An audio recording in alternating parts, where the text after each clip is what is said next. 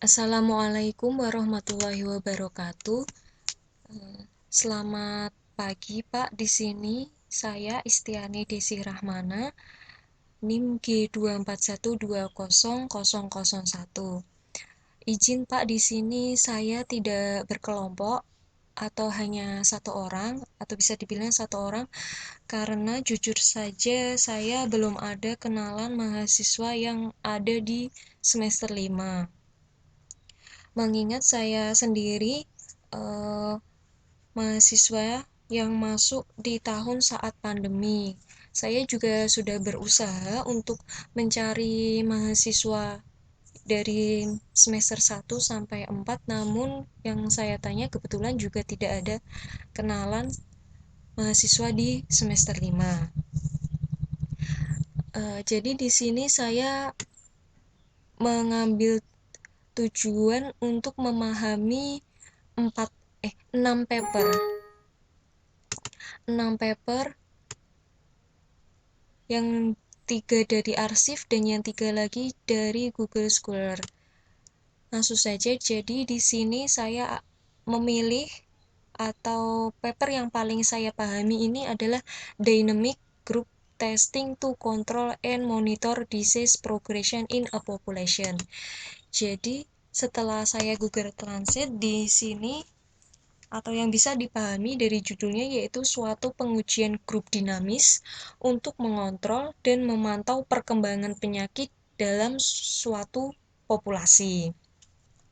Di abstrak dapat kita lihat bahwa di sini saat pandemi COVID-19 seperti vaksinasi,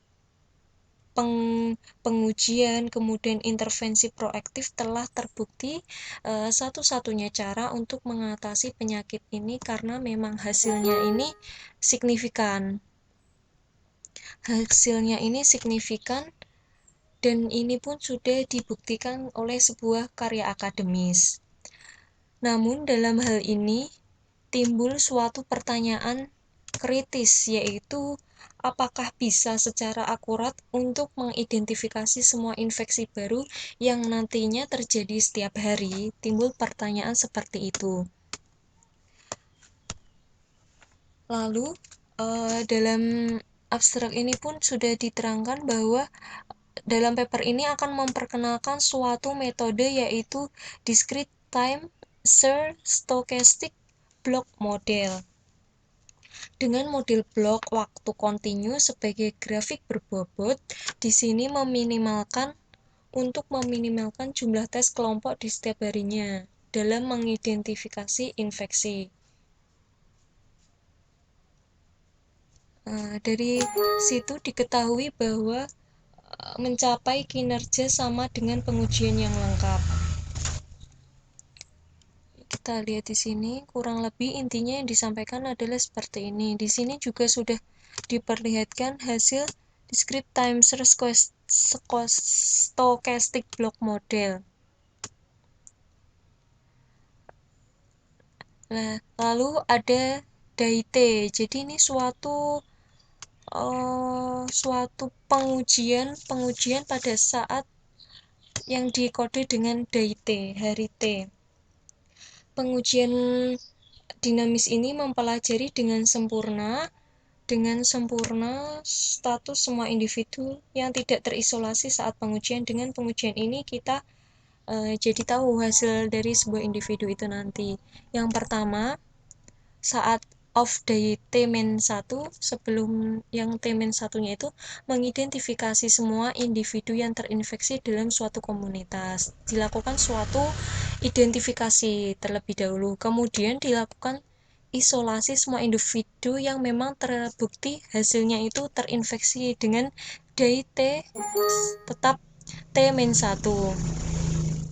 Kemudian melakukan suatu non-adaptive test untuk mengidentifikasi suatu individu yang terinfeksi, apakah hasilnya itu benar atau palsu.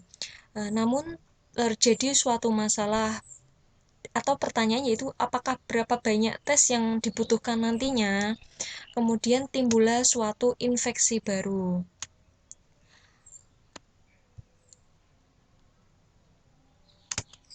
pada hari DT, grafik pengujiannya seperti itu.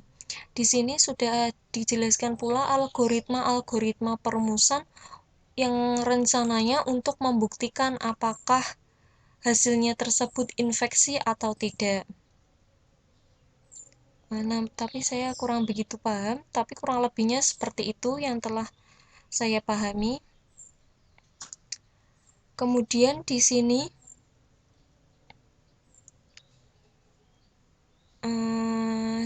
ini masih rumus-rumus untuk menghitung T-1 dan DT-nya tadi. Kemudian di sini ada suatu grafik dengan parameter berbeda, yaitu di sini ada dua grafik dengan parameter berbeda dalam pengujian tersebut, menghasilkan jumlah rata-rata tes diperlukan oleh setiap strategi untuk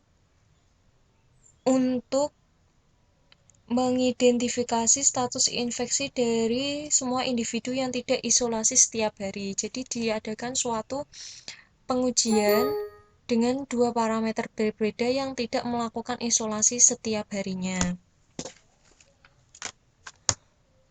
Nah, kurang lebih gambarannya seperti itu yang saya pahami pada intinya, yang berupa algoritma perhitungan dengan beberapa bagan dan menghasilkan sebuah grafik. Dari sini dapat disimpulkan bahwa algoritma tidak selalu mencapai kinerja. Algoritma tidak selalu mencapai kinerja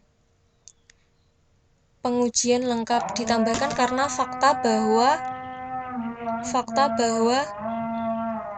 beberapa keadaan yang tidak sesuai. Jadi kesimpulannya ini mendorong akumulasi, takutnya ada rentan kesalahan ke depannya bila dilakukan perhitungan melalui rumus tersebut. Ini rumus-rumus tersebut ini takutnya direntankan tetap terjadi kesalahan, meskipun beberapa persen ini benar, namun lebih rentan untuk kesalahannya. Memang kekurangan algoritma seperti itu, namun ada lebihnya juga. Demikian yang saya pahami, kurang lebih seperti itu. Maaf apabila kesalahan dalam penyampaian. Sekian dari saya. Wassalamualaikum warahmatullahi wabarakatuh.